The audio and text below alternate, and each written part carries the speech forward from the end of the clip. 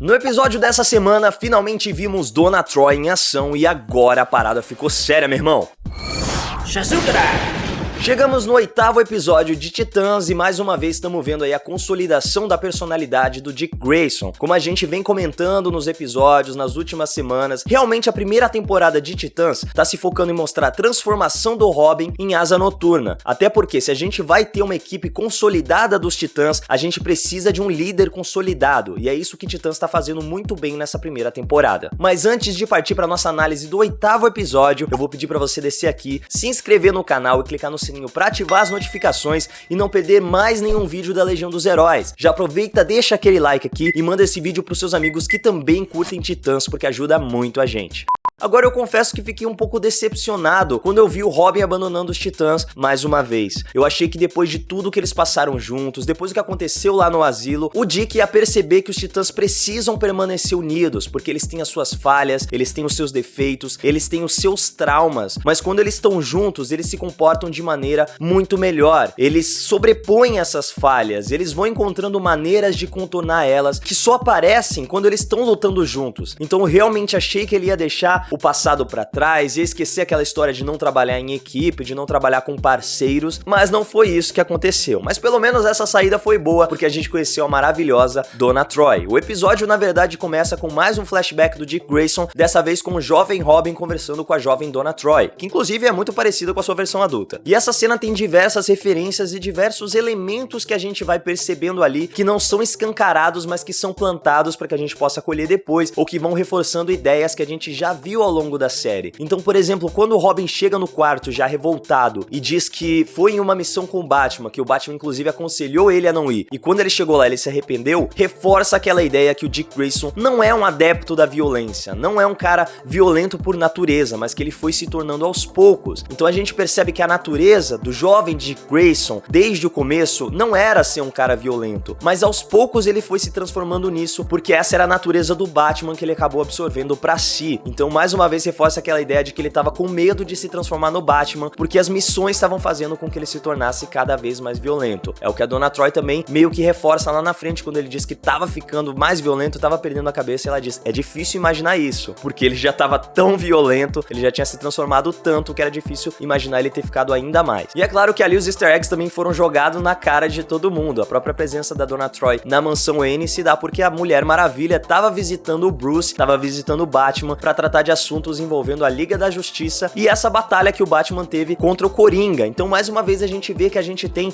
grupos, super grupos de super-heróis, tem os super vilões, tem os personagens conhecidos dos quadrinhos, coisas que a gente já havia falado anteriormente, mas que eles reforçam aqui mais uma vez. Eles mostram, ó, a gente não esqueceu, não existe só esse grupo, não existem só os Titãs, a gente sabe que eles fazem parte de um universo muito maior, a gente tem consciência disso, e é por isso que a gente vai colocando esses easter eggs, essas referências aqui. Não são referências gratuitas, são referências que mostram, que ajudam a gente a entender que o universo é muito maior do que simplesmente os Titãs e os vilões que eles enfrentam. E a cena encerra com mais uma homenagem aos Titãs originais, quando a Donna Troy fala pro Robin que nós, sidekicks, devemos ficar juntos. Uma homenagem à formação original dos Titãs, que na verdade se chamava Turma Titã, tem nome mais Sessão da Tarde do que Turma Titã, e contava com Donna Troy, Robin, Aqualad, Kid Flash e Ricardito, que eram os sidekicks dos grandes heróis da época. E separar os Titãs nesse episódio foi interessante para mais uma vez reforçar essas ideias que eles vão colocando, mas não escancaram pra gente. Então, quando o Dick chega na casa da Donna Troy e eles vão pra exposição de fotografias dela, a gente percebe que ele não consegue mais se relacionar com outras pessoas, não consegue mais levar uma vida normal. Então ele tá lá na exposição, tenta conversar com uma pessoa, mas acaba se transformando em um confronto, acaba se transformando em um interrogatório, acaba se transformando em um monólogo, porque ele não tem mais esse tato social, ele não consegue mais lidar com as pessoas, não consegue mais ter empatia, não consegue mais se relacionar mesmo. Então quando o cara foge da conversa e ele diz, eu penso no que o Pinguim estaria fazendo agora, não é simplesmente um easter egg, não foi colocado ali gratuitamente pra que, olha, ele mencionou o Pinguim, também, mas tá reforçando aquela ideia de que ele se sente mais confortável enfrentando os vilões, tentando desmantelar um plano do Pinguim, indo atrás do que ele tá fazendo, investigando, do que se relacionando com outras pessoas normais, do que tentando manter um papo furado com alguém que ele não não conhece. E aí se algumas pessoas tentam encontrar o furo ali e pensar, ué, mas se antes dos Titãs, como é que ele levava uma vida normal, como é que ele tentava se relacionar com as pessoas? Ele não conseguia, ele saiu de Gotham há pouco tempo. Então quando o Jason Todd fala que tá trabalhando com o Batman, mostra pra gente aí que teve uma janela entre 1 e 2 anos que ele saiu de Gotham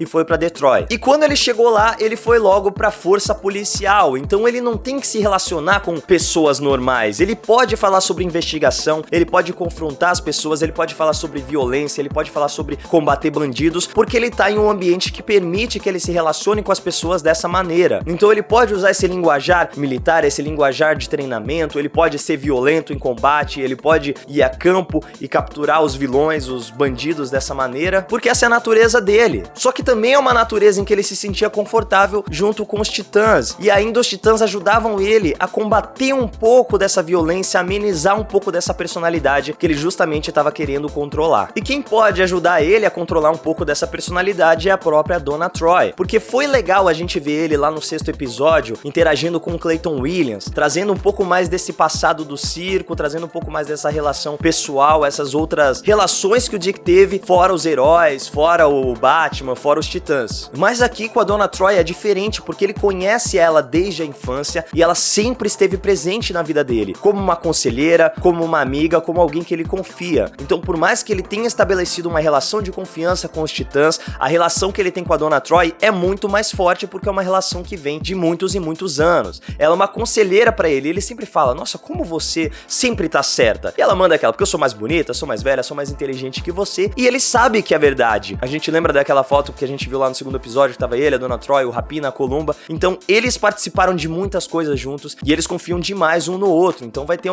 uma relação de confiança, talvez uma sinergia maior que a gente também veja em combate, que deve ser muito legal, que vai ser uma adição muito boa pros Titãs. Por falar em combate, a gente não teve tanta coisa assim nesse episódio. Eu senti que foi mais um episódio de transição, talvez já encaminhando a gente pro final da série. Então a gente teve ali algumas cenas de acrobacia com o Dick Grayson, com a Donna Troy. Ficou meio estranho aquele pulo da Donna Troy em cima do caminhão, mas vamos relevar isso aí. Aquela cena em que ele confronta os traficantes de pele e os traficantes de animais nem chega a ser um combate, né? Já que na verdade ele só chegou distribuindo porrada, e mais uma vez a gente vê como ele realmente não consegue levar uma vida normal. E é uma coisa que a Donna Troy fala, que ele perdeu quando foi lutar ao lado do Batman, ele deixou isso pra trás quando se tornou Robin, e que ao contrário, a Mulher Maravilha salvou ela quando ela deu amor, quando ela deu uma família pra Donna Troy. E aí a gente já pode começar a especular qual é a versão da Donna Troy que eles estão apresentando aqui, porque ela é uma das personagens que mais tem origens diferentes nos quadrinhos, então é difícil a gente definir quem ela realmente é. Ela surgiu originalmente como um clone da Mulher Maravilha, mas já foi criada a partir de um fragmento da alma dela, já foi a irmã mais nova, então ao que tudo indica, ela tá sendo retratada como uma daquelas origens em que ela foi encontrada pela Mulher Maravilha e criada em Temícera, no meio das Amazonas. Então não tem nenhum grau de parentesco, a princípio, né, que ela saiba pelo menos, mas ela foi criada entre as Amazonas e aprendeu a lutar, aprendeu a se comportar como elas. Agora, do outro lado dos Titãs, foi interessante a gente ver um primeiro episódio em que a Ravena teve paz. Ela finalmente não foi sequestrada, não teve o lado maligno dela despertando, não teve que resgatar os seus amigos, não teve que passar por nada disso, pelo menos até o final do episódio. Então a gente viu ela em uma zona de conforto, finalmente encontrando a sua mãe biológica, podendo conviver com ela normalmente. Eu gostei muito da relação das atrizes, o modo como elas se comportaram em cena.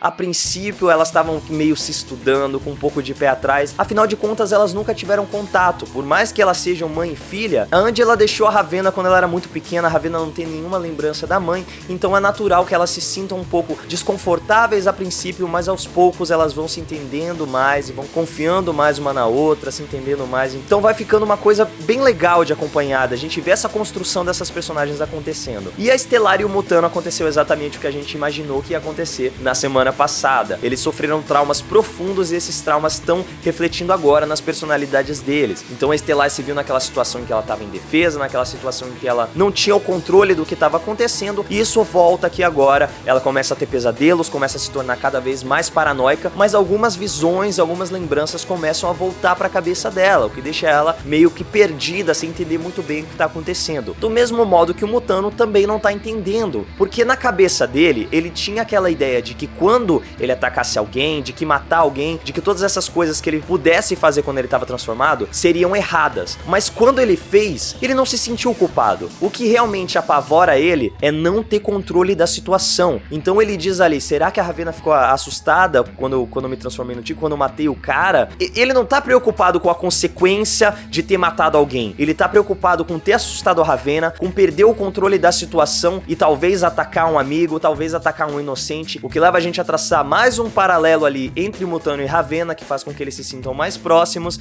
e leva a gente pra aquela cena muito boa em que a Stellar diz que ele quer dar uns pegas na Ravenna, ele fica todo na defensiva ali, tentando desconversar, porque por mais que ele tenha os seus traumas, por mais que ele tenha os seus momentos difíceis, o Mutano ainda é o alívio cômico da série. Então quando ele pergunta se a casa da Angela pode ser a base dos Titãs, quando ele prova o whisky pela primeira vez, quando a Ravenna e a Angela estão ali olhando o horizonte, ele não sabe, peraí, agora o que eu faço? Eu tô sobrando aqui. Agora, outra adição muito boa da Donna Troy pra equipe é o seu conhecimento linguístico, o seu conhecimento antigo. Afinal de contas, as Amazonas estão aí na Terra há muito tempo, elas passaram por várias culturas, várias humanidades, né? Conviveram junto com as Amazonas e elas têm um conhecimento muito vasto sobre a humanidade. Inclusive a linguagem tamaraniana, que é o que tudo indica, os sumérios são descendentes dos tamaranianos, fica aí a questão, e que a Donna Troy conseguiu ir decifrar aos poucos enquanto ela tava com o Robin a caminho da casa da Angela. E ao mesmo tempo, lá na casa da Angela, a Rachel tentava recuperar as memórias da Stellar, o que foi a pior coisa que ela poderia ter feito, porque agora a Stellar se lembra que a sua missão era assassinar a Ravenna. Provavelmente os tamaranianos já sabem que o Trigon tá tentando utilizar a Rachel como um portal para entrar na nossa dimensão, e eles querem assassinar a garota antes que o demônio consiga cumprir a sua missão, antes que ele consiga completar a sua missão e chegar na Terra, e aí consequentemente se espalhar pelo restante do universo. Como a Angela disse naquela conversa com a Rachel, aparentemente o Trigon, o pai da Rachel, foi derrotado há muito tempo, ele se foi há muito tempo, então ela acredita que ele não é mais uma ameaça, mas a gente sabe que não é bem assim. E a gente sabe que a organização também não foi desmantelada com a destruição do asilo, afinal de contas, Dr. Adamson disse que eles estão em todo lugar. E outros que devem ser uma pedra no sapato dos Titãs agora é o próprio FBI, afinal de contas, agora que a organização foi derrotada, são eles que estão atrás da Stellar e atrás do rastro de destruição que ela tem deixado pra trás. Agora, será que a Ravenna vai fazer parte desse rastro de destruição? Porque a Stellar parece que voltou com tudo ali, voltou com foco na missão, mas e aí, tudo que ela passou com os Titãs foi apagado, ou ela vai entrar em um conflito aqui, tipo, no próximo episódio a gente vai ver ela segurando o pescoço da Ravenna e falando, ah não, peraí,